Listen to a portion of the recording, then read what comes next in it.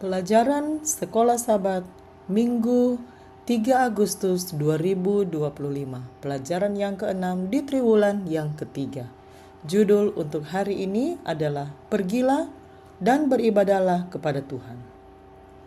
Pada malam Paskah, penghakiman ilahi jatuh kepada mereka yang tidak terlindungi oleh darah. Keluaran 12 ayat 1-12. Tidak ada yang luput dari hukuman karena jabatan, pendidikan, status sosial, atau jenis kelamin. Hukuman menimpa semua keluarga mulai dari Firaun hingga para budak dan bahkan anak sulung binatang. Kebanggaan Mesir menjadi debu. Bacalah Keluaran 12 ayat 31-36. Permintaan aneh apakah yang diminta Firaun dan mengapa? Bahkan ketika dia mengizinkan mereka semua untuk pergi. Saya baca dalam Keluaran 12 ayat 31-36.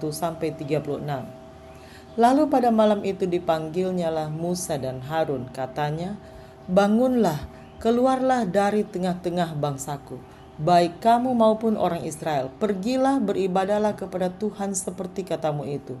Bawalah juga kambing dombamu dan lembu sapimu seperti katamu itu, tetapi pergilah dan pohonkanlah juga berkat bagiku." Orang Mesir juga mendesak dengan keras kepada bangsa itu, menyuruh bangsa itu pergi dengan segera dari negeri itu, sebab kata mereka, "Nanti kami mati semuanya." Lalu bangsa itu mengangkat adonannya sebelum diragi, dengan tempat adonan mereka terbungkus dalam kainnya di atas bahunya. Orang Israel melakukan juga seperti kata Musa. Mereka meminta dari orang Mesir barang-barang emas dan perak serta kain-kain, dan Tuhan membuat orang Mesir bermurah hati terhadap bangsa itu sehingga memenuhi permintaan mereka. Demikianlah mereka merampasi orang Mesir itu.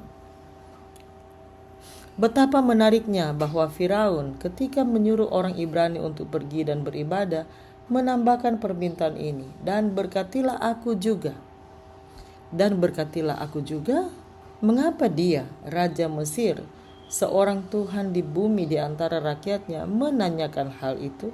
Kedengarannya seolah-olah dia akhirnya memahami kuasa Allah orang Ibrani dan ingin mendapatkan manfaat darinya.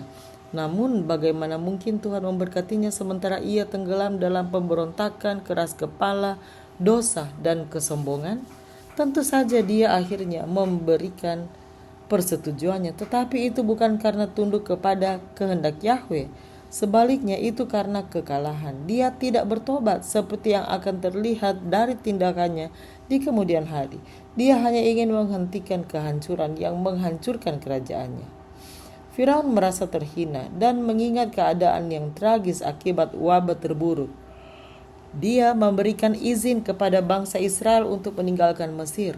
Apa yang sebelumnya dia tolak untuk diberikan dan tidak peduli penderitaan yang ditimbulkan oleh tindakannya terhadap bangsanya, sekarang dia mengizinkannya.